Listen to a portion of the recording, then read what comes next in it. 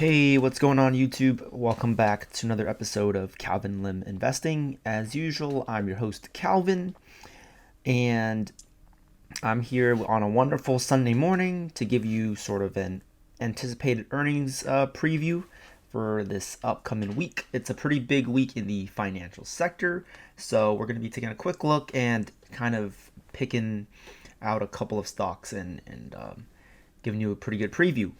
So before we get started, if you want to show your support, you could please scroll down, hit the subscribe button. I really appreciate all the support that I get. I really do enjoy making these videos for you, and I definitely want to throw out some time to keep making these awesome videos. With that being said, I'm not a financial expert or advisor. Please talk to one if you want to really get into investing.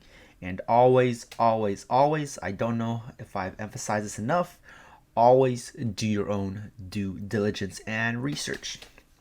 All right, last thing is my friends and I, we have made a Discord for everybody to chat in, share ideas. It's known as Financially Woke. I'm pretty active in that group, and we seek to just kind of give out education to members and new members and sort of helping them understand the market a little bit better and building a sound investment strategy. We talk about equity, options, and so forth. So, all right, let's get down to it. So this week, it's going to be the week of April 12th. We don't have anything on Monday really, and this is from Earnings Whisperers. You could follow them on Twitter. They're definitely one of my favorite places that provide information.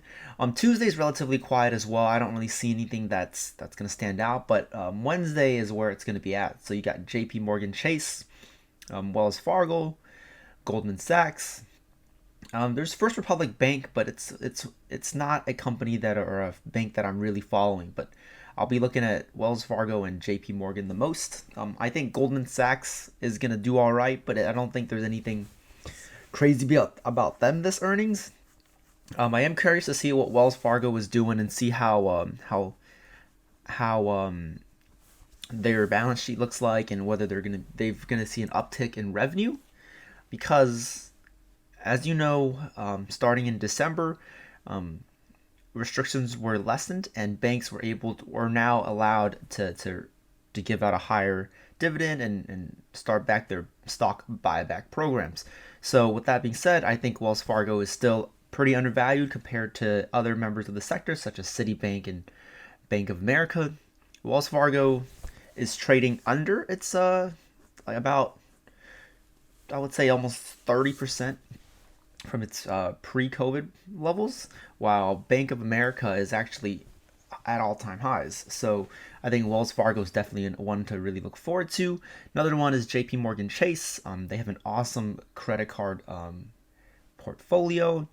If you have a credit card, chances are, or if you have multiple credit cards, chances are you either have a credit card from Chase or American Express.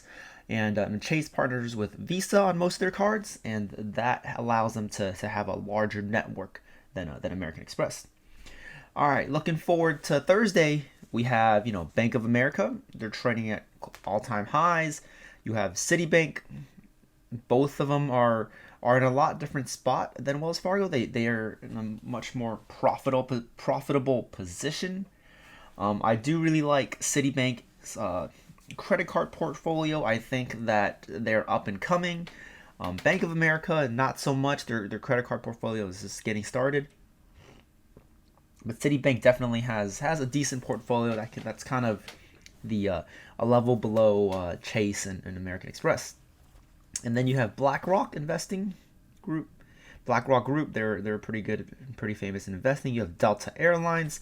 I think Delta Airlines, their earnings is going to give you a good telltale about how the travel industry is doing. I do feel like there has been a huge uptick in travel as vaccinations have been rolled out, and I think Delta will give you a pretty good idea of or a pretty good preview of the rest of the airline industry. So that's another one that I'm looking at. You have Pepsi. Pepsi's not so flashy or enticing in my opinion. Not something I would ever really look at to trade. It's good long-term investment, but nothing I'm looking at to trade. U.S. Bank, one of Buffett's big holdings. Similar situation to the other banks. I actually don't really follow U.S. Bank as much, simply because I just never really followed it. But I do think it's probably in the same position as Bank of America and Citibank. So be on the lookout. The financial sector will give you a pretty good idea of the direction the economy's heading. If there's a reduction in loan defaults, that's a good sign. If there's an uptick of loan defaults, that could be a sign that the economy could crack in the near future. All right. So looking at Thursday after close, nothing really. And then Friday you have Morgan Stanley, Ally Financial, PNC Bank, Bank of New York Mellon, Citizens Financial Group, EHang, which is a holdings group in China. So you have some more financial stocks, and these will all give you a really, really good sign of which direction the economy is going. That being said, I would mostly stick away from playing a lot of these smaller or lesser known or hyped bank stocks. If I were to play this week, I would probably try to trade either equity or options with JP Morgan, Wells Fargo, Bank of America, Citibank. There is Taiwan Semiconductors on Thursday morning. I might trade that as well. Delta Airlines. Those are probably the 5 or 6 that I trade. At the same time, I probably wouldn't buy options for any of these companies. I don't think that we're going to see a good enough move to make it extremely profitable, because remember, there is the IV crush. So rather than buying options, I think this time around, if I were to invest in any of them, and because most of these stocks are relatively cheap compared to some of the big tech companies, I'd probably just be buying straight up equity or shares at the moment. So that being said, it's just kind of my 2 cents on earnings this week, and how it's going to be a big week for the financial sector, which then really sets the tone for the rest of the economy going forward. So please pay attention, or not please, but you should pay attention to the financial sector and their earnings, as it will give you a better idea of the direction the economy is heading. So once again, thank you so much for tuning in to Calvin Lim Investing.